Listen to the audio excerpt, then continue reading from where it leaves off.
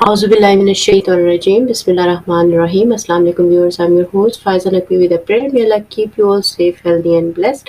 And may Allah hasten the appearance of Imam of our time and fill this earth with peace and justice. Inshallah. Ameen. As we all know, it's been nearly 2 weeks now, or nearly 12 days, since exchange of fires between Israel and Iran were going on, and in between, US also participated and attacked nuclear facilities of Iran, and according to them, it was a successful operation. For that reason, Iran also retaliated and obviously respond back to those bases which were within Qatar and in around the Gulf states. After these retaliatory attacks, there was a tweet from Trump, and he said there is a ceasefire. So nowadays it's been 12 days nearly, so we are seeing there are so many tweets coming and going from Trump, and everything is being settled on these tweets, and it looks like the whole world is kind of Trump word, or maybe it doesn't have law or something, or what's going on in that regard, what sort of world we live in, that Israel takes illegal aggressive action against Iran, and who even in just like in 600 days, you can say, has attacked Iran, attacked Syria, and Lebanon and Gaza, and still obviously genocide is being committed over there. Every day 100 plus people are nearly dying every moment, and somebody is dying for out of hunger or bombing or whatsoever. So after that, US also attacked on Iran, and it was aggressive attack. So he did not even consulted Congress. He did not consulted United Nations. So it looks like there is no international law, there is no United Nations, there is no morality, ethics, or anything, and we are living in a lawless world, or might is right. So what is going on, and what sort of ceasefire we are watching between US and between Israel and Iran? So what is going to happen afterwards? Because whatever Trump says, he does quite opposite to it, or he lie, or he cheats, or he use hypocrisy as his strategy. So how much credibility he has, how this world is going to believe what he says, how this world is going to accept whatever he is doing and saying. So these are the kind of questions we need to understand, we need to answer. And we do have a very prestigious guest with us, Sayyid Mohsin Abbas and Dr. Anayatullah Indarabi. I welcome you on the show. Thank you so much for joining us today. Mohsin Bhai is really grateful for your time. First of all, if you could give us a brief recap, just to and tell us what's going on actually in this world, what sort of world we are living in. And we are also watching that Iran is determined to settle its ground. Like he is trying to create a deterrence because the way it has retaliated yesterday in Qatar and other US bases, and it looks like it's a kind of a suicide it was committing against US taking such steps. So what sort of impression it has gone to the world or something like that? So what is your analysis to the situation of this 12 days war and now ceasefire, which is also been broken by Israel? So what are your analysis on that? Hopefully, as Dr. Rabi will join us in between, so you can just share your viewpoint on that. Well, first of all, congratulations to all people who are supportive of the resistance axis, a movement of justice, a movement which is there for the oppressed. So it's in order to celebrate, I think, because first of all, the victory is with the Islamic Revolution and the Islamic Republic of Iran in this moment and in this instance. So we should first of all savor the success of the Islamic resistance axis, and of course, particularly of Iran in this instance. Why is it a victory? Well, first of all, Israel didn't achieve a single one of its objectives in the unprovoked aggression which it unleashed on the Islamic Republic. So, first of all, they've had a long-standing desire for regime change. Islamic Republic of Iran is a government. It's been elected. It's a religious democracy under Vilayat al-Faqih, yet we're still forced this kind of nonsense of garbage of words like regime change. Regime is an authoritarian governance which has no root with the people, but actually imposes everything it wants. That's far from what the Islamic Republic of Iran is. Islamic Republic of Iran's people are an intellectual, thinking, politically active, and very, very engaged set of individuals. And as a society, whether it's women or men, they're all involved in that process. They all have individual brains and they think for themselves, and they have options within that religious democracy. They have the reformists, they have principalists, essentially two camps, but in between there are many other viewpoints, and in parliament that's reflected. In the governments over the years, that's been reflected. Ayatollah Khatami or Ahmadinejad or Ayatollah Raisi or Ayatollah Rouhani or President Rouhani or even you take the present incumbent, Mr. Pezeshkian, they all have come from one wing or another of these trains of political thought, which actually shows you there's a vibrant democracy and there is a form of shura which is definitely there within the Islamic Republic system. Now, having debunked that first notion, that's also a success of Iran, because the revolution ushered in the destruction of a Zio Western-backed imperialist king, a monarch, who basically acted as a despot and was abducting, killing, murdering, maiming, torturing on behalf of the Zio Western establishment in order to give them the oil of Iran and the gas and the other resources for free, virtually, so that the West and the Zionists could enjoy the resources of Iran and keep the people under control. So the revolution, since its birth and long before, was committed to justice for the Iranians, for sovereignty, to independence, and human values based around the Quranic Islamic perceptions. This is under the leadership of Imam Khomeini. Even before the revolution occurred, for years he fought, and prior to him was also from the days of the tobacco revolution, where Ayatollah Shirazi and others led the movement against oppression. There was a long-standing fight for justice and for the rights of Iranians. So the current victory, I'll bring it back to that, is an ongoing part of a long war which Zionism and Western imperialism has had against the Iranian people, and indeed oppressed people all over West Asia. And the continued victory, the success upon success, the victory after victory, which has been delivered by the Islamic Revolution, by the Islamic Republic of Iran since that time, is absolutely amazing. First of all, it's a miracle in itself. Allah subhanahu wa ta'ala has his hand in these things, and he says that if you're a sincere people and if your leaders are good and pure-hearted, then he will, and you take a step towards him, he'll take many steps towards you. This is what's been happening, as far as I see, with Iran. And after the period of undefeated, if you like, office of Ayatollah Khamenei as the leader, we have had Ayatollah Sayyid Ali Khamenei, whose entire life seems to have led to this one moment now, where Israel launched this aggression, and with his leadership, with his patience, with his guidance, and with the solidarity of the Iranian people, you've seen them overcome adversity and win a huge victory. And Israel wanted, of course, to overthrow this government. That's where I started the point. They wanted to create an insurgency. They wanted division within the Iranian public. They wanted the Iranian public to overthrow this government. They set about assassinating key leaders of that revolution, rather like they did with Hezbollah, hoping that they would be able to ground the Islamic Republic. They failed. Okay, they failed in the regime change.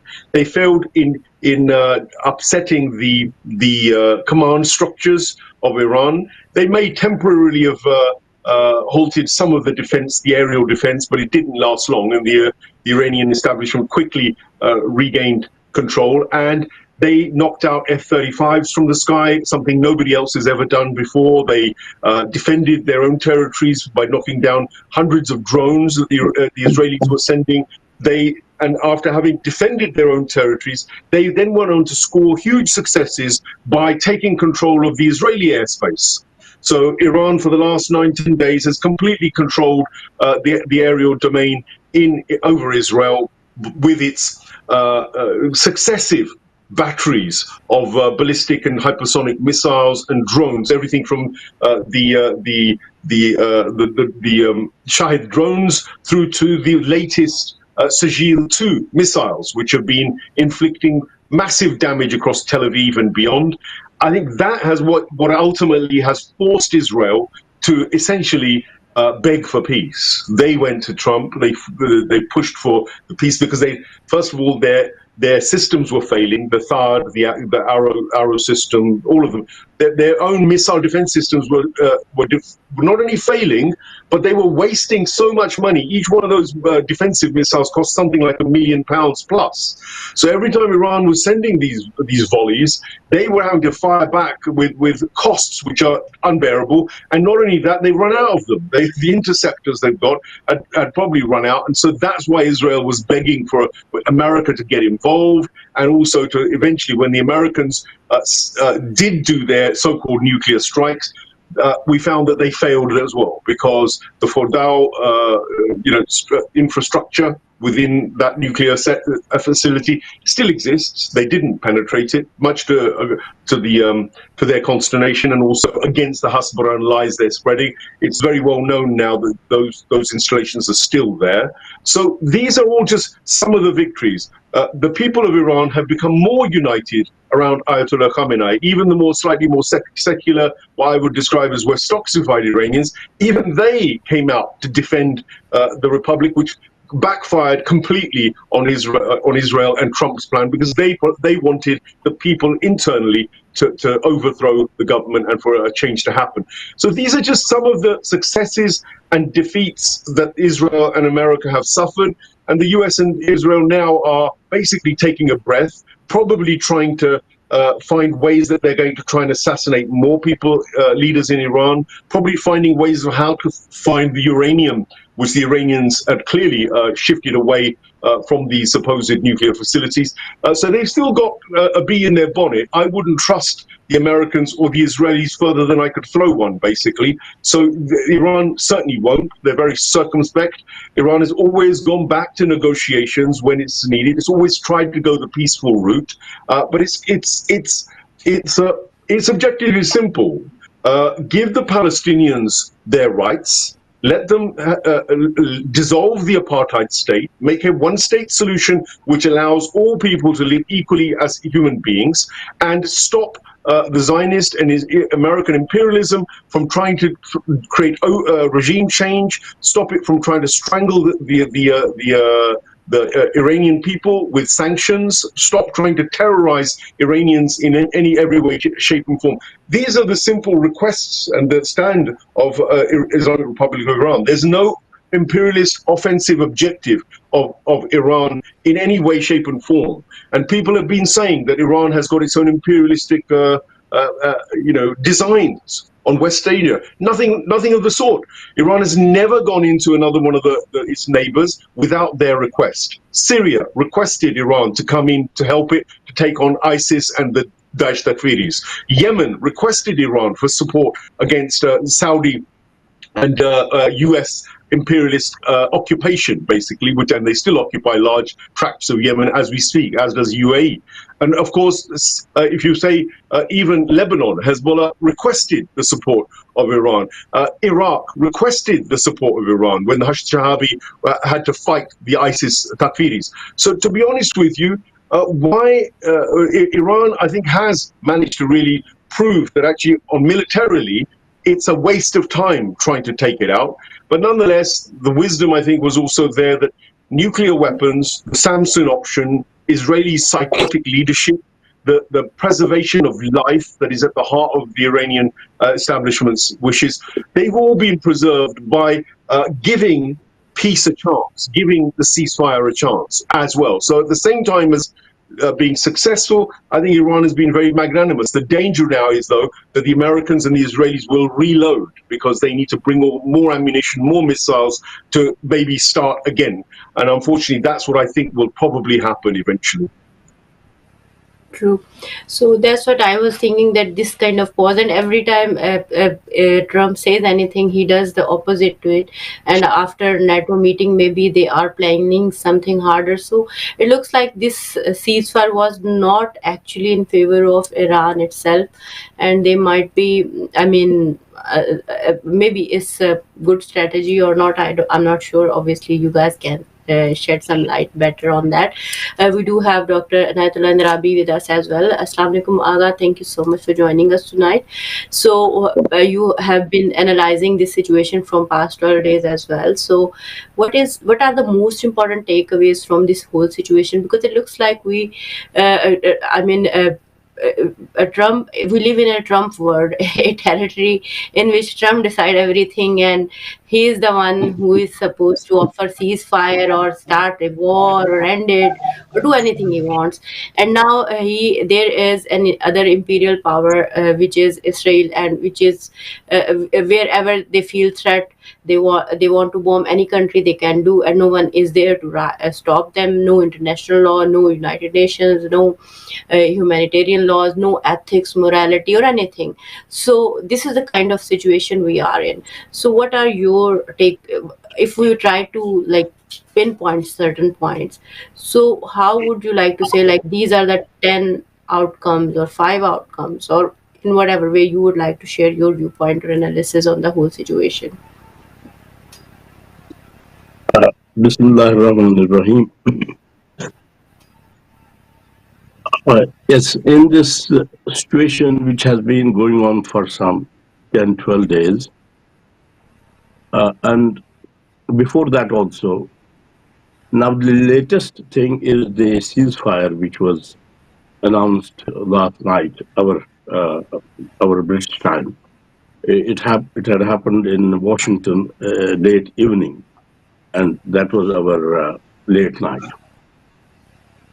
That's the latest. But I'll come to it in a moment. But if you ask me, I mean, if I was addressing a public gathering, if there was an election or some such event, and I was addressing a public gathering, I would perhaps pick up things to mobilize people, galvanize people, and that would have been my my purpose in addressing the gathering. When I'm talking to you, my purpose is basically, which is always is my purpose when I talk to you or someone else on the television show, or if I write. My purpose is primarily to explain what is it, to explain the reality. What is the situation? What is it that you are looking at? To make the people aware of their present, to make the people aware of the day and age they are living in, to make the people active participants in the age they are living in, because that sets us apart from animals. Because as humans we interact, and the future is born, future flows out from this present with human participation. So for me, understanding is the primary thing, the most important. And I will tell you something about that. But let me tell you what was in my mind for the last say 10, 15 days since Israel and Iran since this happened. What was in my mind, and when people were asking, will it lead to a world war, third world war, and what will happen? What was really on my mind, I saw there we have Anglican church Father Frank Gelly. Most knows him, and you also. He was on your show also. Father Frank Gelly writes a rant occasionally, and I'm also on his list. He sent it. What he had written in the first 2-3 sentences. Those sentences, those words are the best which could express my thought. I could not get better words for expressing my thought other than those words. And I'm going to read those words out to you. Father Frank Gelly said, to Weltanschauung. Weltanschauung is a German word for the worldview, but it's very much used in English also. To Weltanschauung, two antagonistic, implacably opposed worldviews are colliding in Middle East. One incarnating a God-oriented community, a sacred, well-ordered society, the other based on gold, greed, and savage tribalism. Iran versus Israel, a war between right and wrong, light and darkness, no less. These are his words, and they express the crux, they express the essence of what we are witnessing. Now, let me explain it. As I told you, people were asking, will it lead to World War III? When we see things, we understand those on the on their how what do they look like on the things which have happened before, and we understand it in those terms. So when something is happening like this, we think other powers will be involved and there will be a world war. But what needs to be understood is, for the first time, it is now, and for the first time, and after a very, very long time, in the global politics, in the proper world politics, a conflict is on a moral question. If you take World War I, if you take World War II, if you take all the wars, if you take all the wars which you were taught in colleges and schools, if you take all the wars which you have heard of, which you have read about, there were no issues. It was expansion of a kingdom. World wars were the fight between the colonial powers, the fight for more and more, and World War II was to simply crush Germany, and these were the motives. There was never a moral question, and a moral question could not come up. It could not come up because once, as Father Frank Gelly also has said, and he has in his rant, what I told you, these first 2-3 lines, as he has also said, I mean, this is Western civilization. This started with excluding God, excluding what is, this is, you have to differentiate. One is our immanent world, the world which we are living in, the time space, which we are born in, and then there is something beyond it, which is alimul ghaib, the world which is unseen, which is unimaginable, which people cannot even imagine of. Once people came to live in the immanent, in the world which we are living in, and once they excluded God, there, just by that, there was no morality, no moral issues. Everything, everything was evaluated. Everything was assessed on the basis of personal benefit, profiteering, money. Money became the cornerstone. Money became the foundation of progress, civilization. The more money you have, the more civilized you are. This has been going on for hundreds of years. And the Islamic Revolution of Iran, it, it again brought up something which had been simply buried. It, it brought God into the center of public discourse. I mean, you don't have to talk about God. You don't have to. You don't have to. I mean, you don't have to argue how many gods. Those ages are gone. But when you talk of morality, when you talk of justice, when you talk of equity, when you talk of things beyond immediate benefit, you are definitely talking of God. You are talking of divine values. Divine values prioritize things beyond your immediate benefit. So obviously, there was no morality, no moral issue. And for the first time, there is a conflict. There is something going on in this world which is happening at the center of world politics.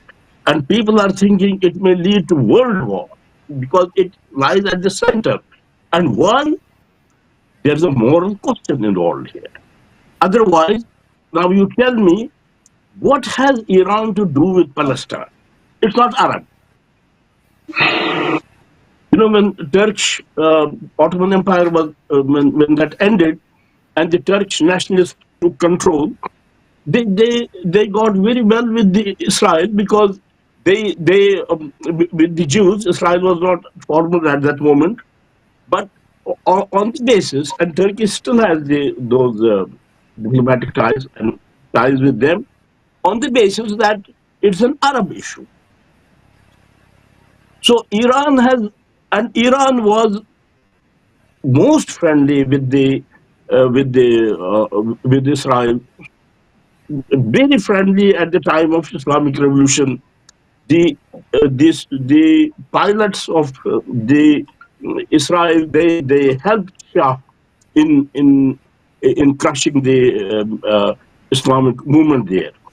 So uh, uh, uh, I mean, one thing we need to ask, and we need to tell people that how is Iran related to Palestine?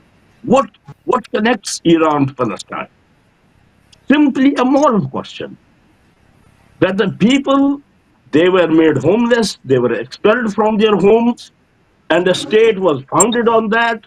That state is illegitimate. They call it Zionist entity. The Zionist entity must end. All the people should live prosperously, Jews, Christians, Muslims, in a very brotherly environment. They should live, but the Zionist entity should end. This is the expression of a moral principle. And Iran is committed to this principle. And what has been happening to Iran after the Islamic Revolution, all the sanctions, I mean, this is just, Israel started it some days back, but history of history of Iran post-Islamic Revolution is full of this, is full of imposed war by Saddam Hussein, then sanctions, ongoing sanctions. All why? If Iran gives up on the issue of Palestine, things will be perfectly fine for it. So the point I wanted to emphasize was the first thing, the most important thing that is for me, that is the takeaway from what has been happening, is that we are living in a world where a big political conflict is being fought on the basis of a moral principle. On one side, there is a moral side. On the other side, obviously, are those who have been historically, who have been doing this thousands of years before. fighting justice and fighting goodness. It is absolutely, as Father Frank Gilly has said, it is light and darkness, no less. So that is the most fundamental way of looking at this conflict. And we might come to other things, the ceasefire and other things, but this I wanted to first highlight the nature of the conflict and its uniqueness. It is not that it is a continuation of what had been happening, World War One, World War Two, now a World War Three. It's not that. It's something unique, something new, which had not been happening and which is now happening. True. Dr. Naatullah and Rabi has mentioned very beautiful aspect of a spiritual aspect, God-centric aspect, and the most important thing we are also experiencing in this whole situation is that how Iran is conducting all its retaliatory, targets. These are proportionate and according to the laws of not only this world but also according to the values of Ahlul Bayt, Quran, and Allah Subhanahu wa Taala, whatever Allah has asked us in obedience to that as well. So, Mohsin bhai, what is your opinion on that? That because there is one on side is complete satanic word if we look at it in this way, if we look at it through spiritual perspective, and the other side there is only one nation, that is Iran, which is standing alone. And many people say this is Russia which is helping, this is China which is helping, this is this country or that country that is helping. So my question to you is, if you could clarify this point as well, because when I look at the situation, I don't know exactly. I'm not a good person to analyze anything, but as a learner, then as a layman, when I look at the situation, I see that Iran is standing all alone, on its own, on just believing or trusting Allah Subhanahu wa Taala and the values and the norms of justice, truth, and peace. So, how do you see this aspect? And if this war continues, how do you see where the situation going? Because this is very important. That obviously this is Trump, which says it is ceasefire, and we can't trust him. And there are still Israel is breaking ceasefire, and it's been happening between Israel and Lebanon as well, and we can't trust them. So it's just the start and or the beginning of something. So how do you see where the situation is going to be? Well, first of all, I think Dr. Naatullah and Ravi very correctly brought up the moral issue and brought up the context of how Ayatollah Khamenei certainly sees things. And this is very important. The worldview is important. The worldview of many Iranians will not be the worldview of Ayatollah Khamenei, because to have the worldview of Ayatollah Khamenei, or even the one that Dr. Rabi is pointing out to, first of all, you have to have the knowledge of Quran. You have to have the wisdom and the basira, which is linked to the prophetic dream. You have to have an understanding of the metaphysical world and the mystical elements of Ahlul Bayt, peace be upon them, as well. You have to have an understanding of philosophy, the philosophy of the righteous.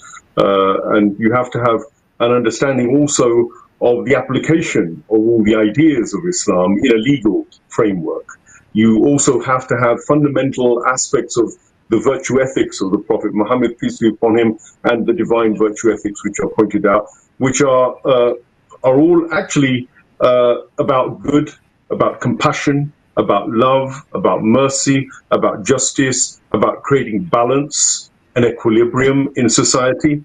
And this is the responsibility of any true Islamic leader, is to actually think of these things, to relate them, and then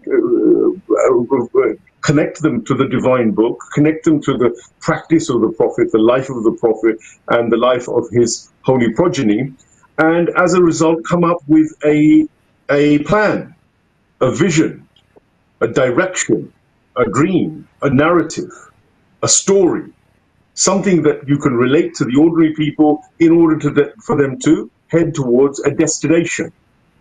Now, most leaders, their destination is money. Their destination is power. Their destination is coercion, and their destination is how to maintain their worldly power. Uh, when you look at Ayatollah Khamenei, what you have to recognize is this is a very unique individual, and we live in a very unique time. Because even amongst Shia ulama, or the ulama of Islam generally, you don't get these kinds of individuals that you're seeing in the personage of Imam Khomeini, or you saw in the personage of Imam Khomeini, and now you see in the personage of Ayatollah Khamenei, or you saw in the personage of Ayatollah Baqir Sadr in Iraq, or I can mention the personage of Ayatollah Allama Muhammad Tabatabai. I could mention Ayatollah Murtaza Mutahiri. These are very unique, special Irfani philosophical individuals with a political vision, right, which is rooted in the divine. That's what makes it so unique. And I would argue that it's so unique that I can't think of a historical moment where we've had such a leadership ever since the time of Imam Hassan alayhi salam. So the fifth Caliph, according to the Sunnis, and according to the Shia, our holy Imam is the last time. Is the last time we actually had an individual who ruled us in a system which was truly led by a divine vision. Now, that's Ayatollah Khomeini who brought back, I think, because you can't say it in the Safavid era. I can't find an example in the Umayyad era. I can't go into the Mughal history and find a character like this. So the Muslims themselves should recognize that there's something very unique here, which is what I think Dr. Andrabi was very eloquently putting across. And when you start looking at it in terms of light and dark, I'll take his theme on further from there. The truth is, it changes the complexion, because in normal analysis, what we analyze is the material gains, losses, and that's what I did in the initial thing of who's the winner, who's the loser, what is at stake here. And of course, those things matter, because one of the most important things in Islam is the protection of the oppressed.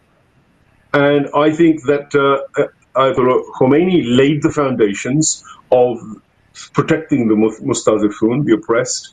He did it in terms of the Palestinians by presenting the notion of Al-Quds, the Al-Quds Day and the Unity Week.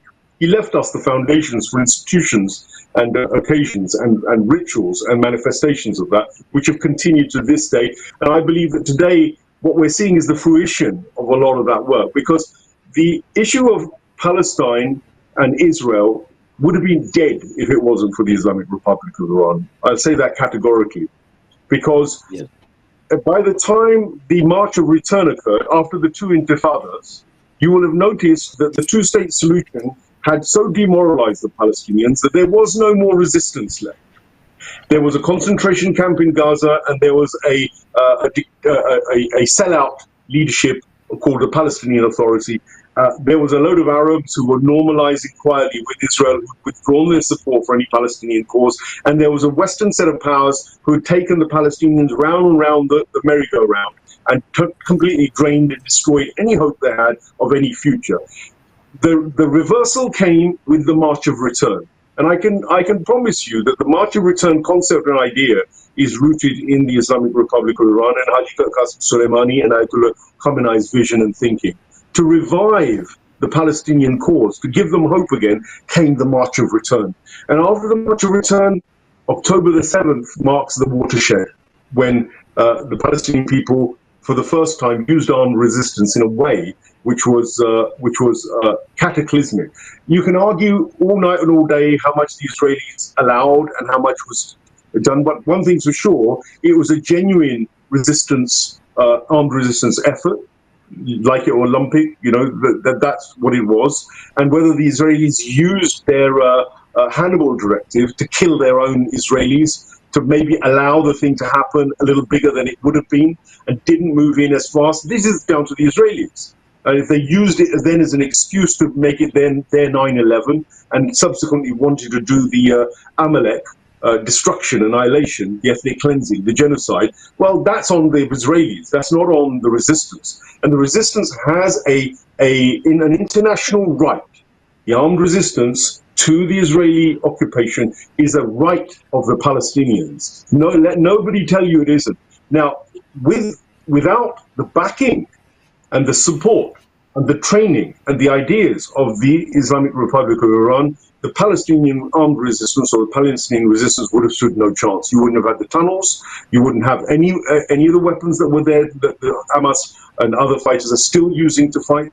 You wouldn't have any of the training for all of the organized factions of Palestine, all of which have been supported by Iran continuously since the 79 revolution. PFLP, the Islamic Jihad, the Hamas, all of them have received support of one kind or another consistently, which is why people like Loki today are also now saying, very good researcher. Loki is a gentleman who's doing some fantastic exposés of the Israeli tentacles of the control of Israel, even here in Britain, and of our institutions. He makes it very clear that today Iran is it's the moral leader of the world.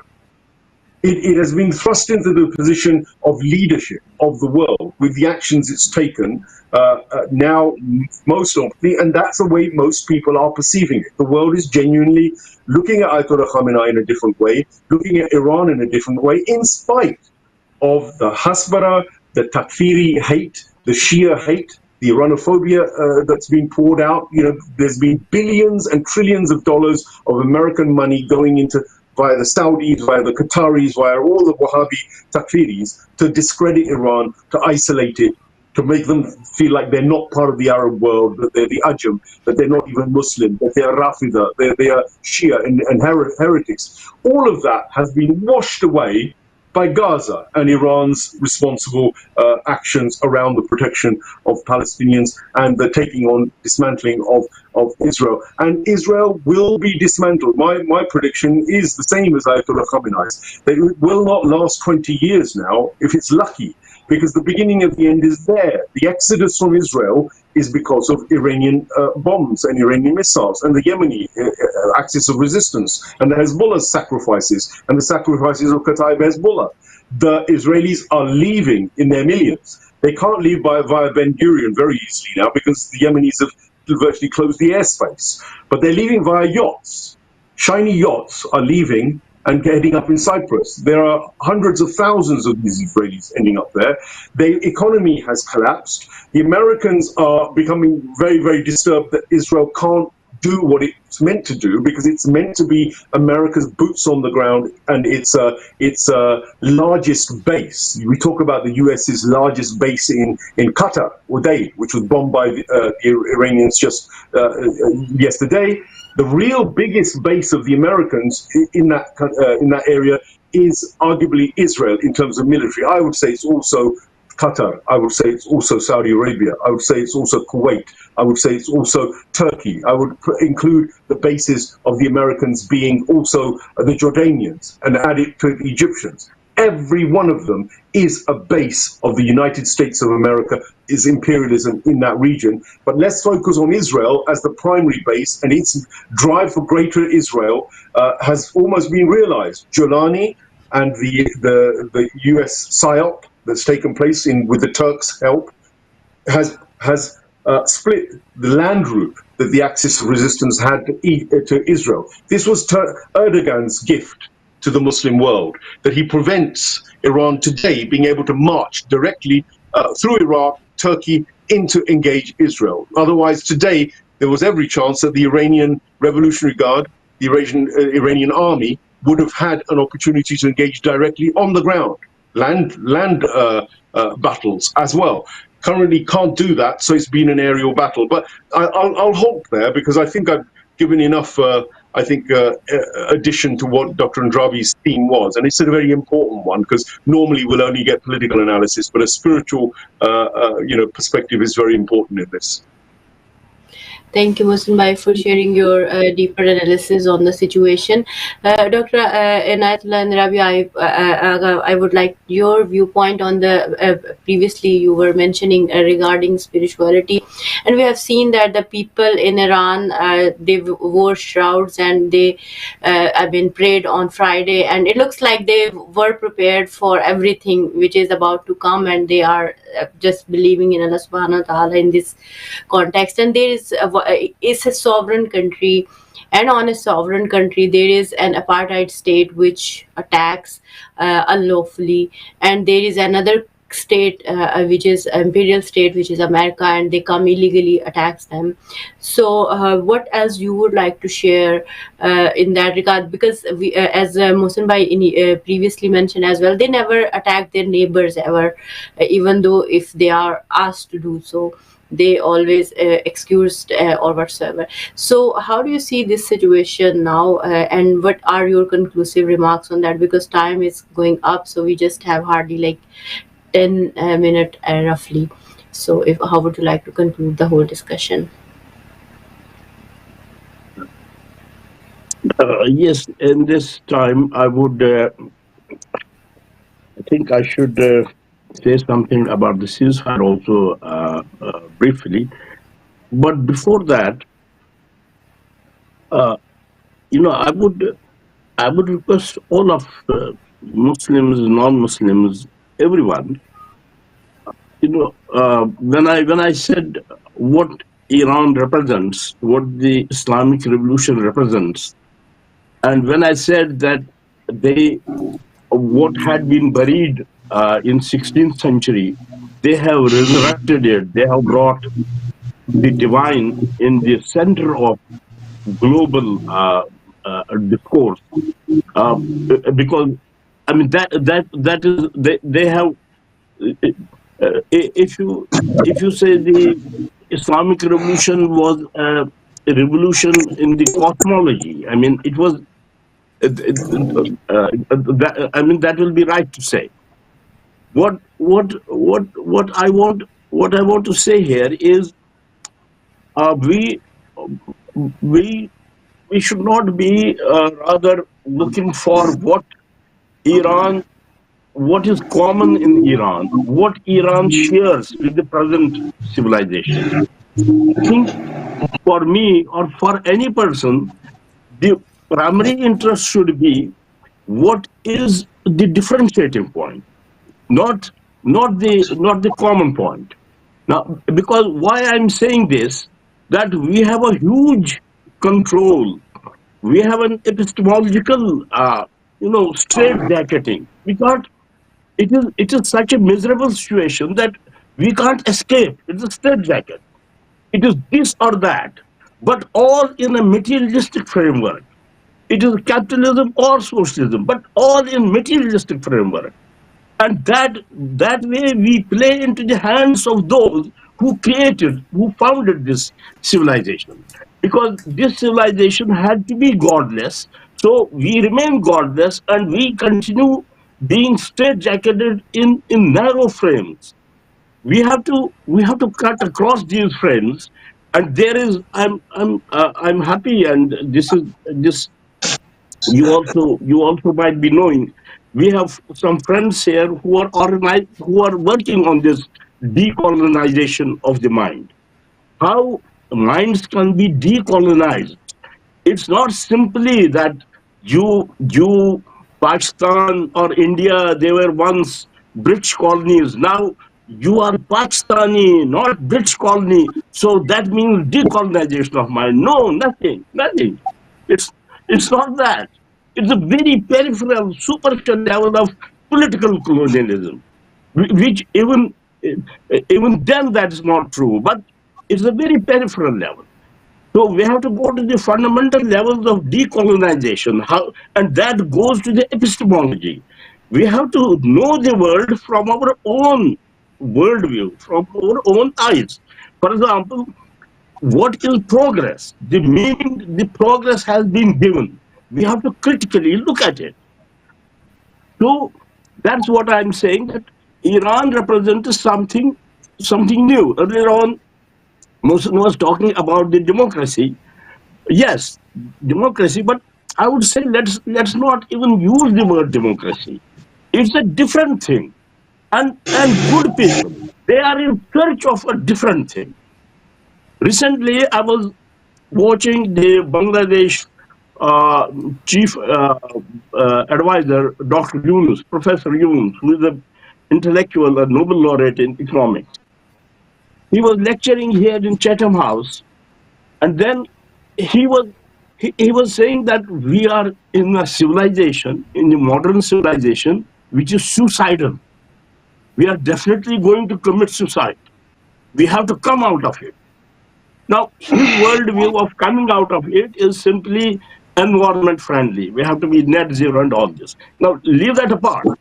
What I'm saying is a majority in this world, I don't know whether I should say majority or minority, but anyway, a sizable number of people in this world are fed up with the present civilization, and they are looking for new things. And this the problem is that it should be really new. We have this a school of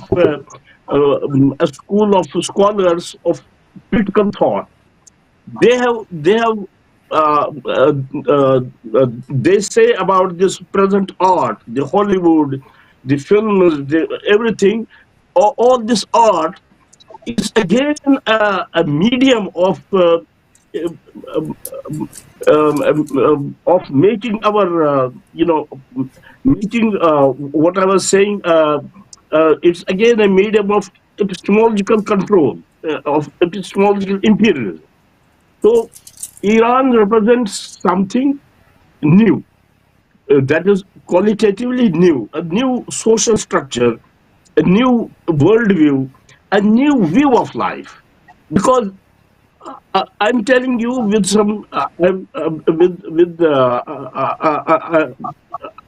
telling you with what should I say? I mean, with full confidence, I'm telling you that nothing will succeed. No systemic change will succeed unless the view of life is not, unless you don't present a new view of life. If the view of life is what is in the West, then same thing will happen. The communism was there, it failed. Everything will fail because the comforts of life, the freedoms, and all this won't leave any room for the moral ascension, for the moral improvement, for the spiritual improvement of the human being. So, cutting it short, bringing it again to the Iran, I'm saying that we should rather focus on what differentiates Iran rather than what is common between Iran and the present world. And I think some minutes might be left, and I want to talk about this ceasefire thing. That this is one thing. I will just mention things very briefly. One thing is that it's not a ceasefire between Iran and America. It's not ceasefire because there was never a war. America emphasized that we are not at war with Iran, and Iran was also clear that it's not war with America. And Iran is wise enough. Iran does not have to. Iran is not posturing. Iran is wise enough to figure out what are the real goals. War, peace, these are the tools, these are the ways, these are the methods. These are not the goal itself. The biggest goal, the goal for me, which makes me, which can make my nights sleepless. The goal for me is the survival of the Islamic Republic of Iran, the system of Vilayat Faqih, and the system that is there, because it is a new thing to the world. The world will suffer if this thing is, if we are deprived of this new beginning. And this is the beginning. This has just started some 70 years before. So the ceasefire is between Israel and Iran. And in that, the basic thing to understand is that Iran was already ceasefire. I mean, Iran had not opened the fire. Who had opened the fire? Israel had opened the fire. Israel had to seize the fire. I mean, ceasefire, Israel had to do the ceasefire. Iran is already, Iran only said that you have opened the fire. What you do to us, we will do to you. So that is what has happened. And we must not confuse it with some sort of peace, some sort of agreement. It's only what Israel did, and there was exchange of missiles that has stopped for the moment. Now, the strategic issue, the strategic problem for Israel, which was there and which was highlighted after 7th November 2023, was, and I have said it before also, that there is no compassionate, there is no friendly geopolitical environment for Israel. Israel, first, the geopolitical environment was created for Israel. The baby was not born. First, the mother was brought. A mother who will feed the baby. The mother was created. Jordan, Saudi Arabia, the whole environment was created as mother. Then the baby was given to them so that they will feed the baby. The mother is no more. Nobody is feeding the baby. And baby is in danger, and baby continues to be in danger. No difference at all. The baby took the maximum step. The baby was last year, it went to Lebanon, it went to Hamas, it thought that it is cutting the limbs of Iran. Well, it did a lot, but then it came to Iran itself. Well, from they say they thought it originates, so they came to Iran itself. Now they could not. I mean, if you punch someone, and if that person surrenders, that is you're successful. But if you punch someone and he punches you in turn, then what have you achieved?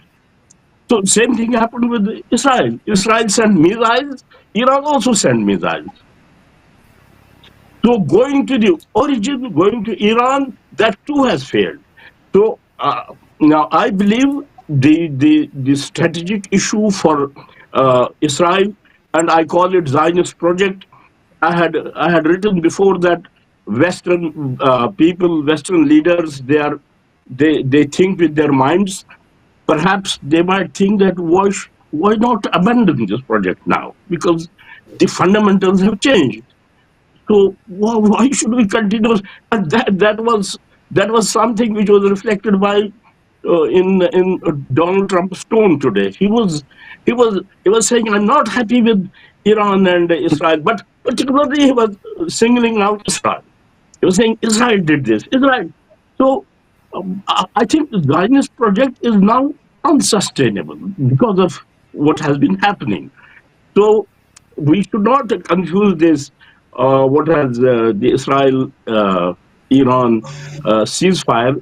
Nothing has changed by this. It was only something which Israel started, and now it has stopped. Things are as they were, and for Israel, things are worse because Iran has demonstrated what it can do. And we also, I mean, we should also understand and that it gave us also a lot to think, a lot to introspect, and a lot to see what Israel can do in our societies. And this is what Israel is good at, because they have embassy in UAE. Their embassies are basically espionage centers. They do all this infiltration and spying, and they might have been doing it. So we are now well aware of what Israel was doing, and we are in a better position to address this problem.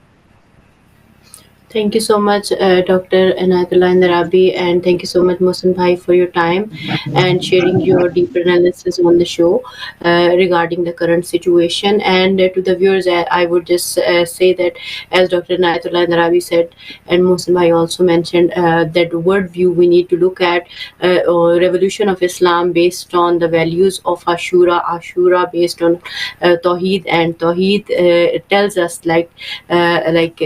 be good to others and love everyone around you and work for peace and justice. So if you will look at Ashura and Karbala, you will understand what Islamic Revolution is all about and what it is standing against. So we all need to pray for the peace and justice of this world. I'll take a leave on this note, that look after yourself and everyone around you, and don't forget Gaza and people